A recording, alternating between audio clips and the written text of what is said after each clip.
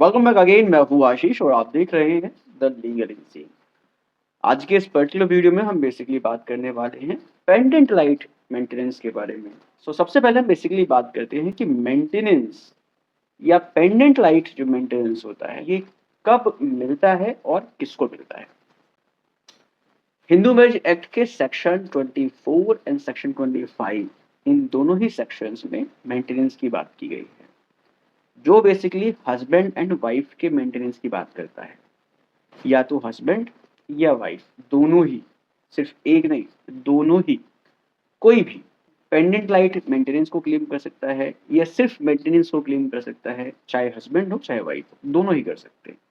अक्सर तो ये देखा जाता है कि वाइफ ही मेंटेनेंस क्लेम करती है अपने हस्बैंड से, लेकिन ये जरूरी नहीं है।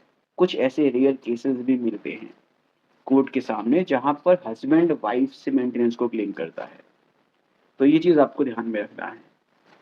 अब किन केसेस में हस्बैंड वाइफ मेंटेनेंस को क्लेम कर सकता है, ये मैटर ऑफ फैक्ट पर डिपेंड करता है। उस पर्टिकुलर केस में फैक्ट्स क्या हैं। अगर फैक्ट्स ऐसे हैं जो हस्बैंड के फेवर में है, तो फिर हस्बैंड भी मेंटेनेंस को क्लेम कर सकता है। अदरवाइज वाइफ तो मेंटेनेंस क्लेम करती ही है। वाइफ मेंटेनेंस क्लेम क्यों करती है, उसके पीछे बहुत बड़ा रीजन है। क्या रीजन है? रीजन है डिपेंडेंसी। वाइफ हस्बैंड पर डिपेंडेंट होती है, उसका कोई particular independent source of income नहीं होता है अपनी लाइफ को सपोर्ट करने के लिए। इसीलिए वाइफ ज्यादातर केसेस में, या अगर मैं पर्टिकुलरली बोलूं, हर एक केस में वो मेंटेनेंस के लिए क्लेम करती है, मेंटेनेंस का एप्लीकेशन फाइल करती है। सो बेसिकली अब आपको यहाँ पर ये चीज क्लियर हो गया कि हस्बैंड भी कुछ केसेस में, अगर फैक्ट्स उसके फेवर में है, अगर सिचुएशन उसके फेवर में है, अगर उसके पास कोई इंडिपेंडेंट सोर्स ऑफ इनकम नहीं है जिससे वो अपने लाइफ को मेंटेन कर सके, अपने जीवन को वो मेंटेन कर सके। इसके साथ ही साथ एक जजमेंट भी आया था सुप्रीम कोर्ट का, उसमें सुप्रीम कोर्ट ने कहा था कि अगर हस्बैंड फिजिकली डिसेबल्ड है या मेंटली वो सिक है, मेंटली इल है, तो इस पर्टिकुलर सिचुएशन में अगर उसके पास इंडिपेंडेंट सोर्स ऑफ इनकम नहीं है अपनी लाइफ को सपोर्ट करने के लिए, तो वो अपनी वाइफ से मेंटेनेंस को क्लेम कर सकता है। बस ये पर्टिकुलर सिचुएशन जो है उसके साथ होनी चाहिए, वो फिजिकली डिसेबल्ड है और मेंटली सिक है, इन दोनों में से कोई भी एक हो सकता है। तो इस सिचुएशन में हस्बैंड भी अपने वाइफ से मेंटेनेंस को क्लेम कर सकता है।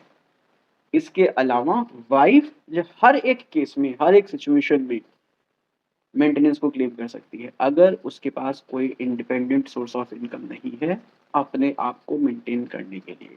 सो बेसिकली अब यहाँ पर आपको क्लियर हो गया होगा कि हस्बैंड कब मेंटेनेंस क्लेम कर सकता है और वाइफ कब मेंटेनेंस क्लेम कर सकती है।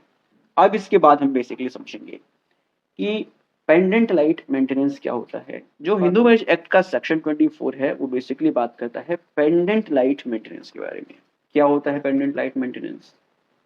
जब किसी भी व्यक्ति ने अपने हस्बैंड या वाइफ पर केस फाइल किया है, अगर उसके पास इंडिपेंडेंट सोर्स ऑफ इनकम नहीं है अपने आप को मेंटेन करने के लिए, अपने आप को सपोर्ट करने के लिए, या उसके पास उस केस की प्रोसीडिंग्स के लिए पैसे नहीं है, उस केस को लड़ने के लिए पैसे नहीं है, तो इस पर्टिकुलर सिचुएशन में उस केस के दौरान, जब तक वो केस चल रहा है, तब तक के लिए हर एक महीने या किसी भी पर्टिकुलर टाइम ड्यूरेशन में वो जो है अपने लिए मेंटेनेंस को क्लेम कर सकता है जिस व्यक्ति ने केस फाइल किया है उससे। अब ये व्यक्ति चाहे हस्बैंड भी हो सकता है या वाइफ भी हो सकता है, what ever it may be. So basically case की प्रोसीडिंग्स के दौरान मिलने वाले खर्चे को पेंडेंट लाइट मेंटेनेंस बोलते हैं। ये चीज आपको क्लियर हो गया होगा। ये सेक्शन 24 बेसिकली परमिशन देता है किसी भी पार्टनर को, चाहे वो हस्बैंड हो चाहे वाइफ हो।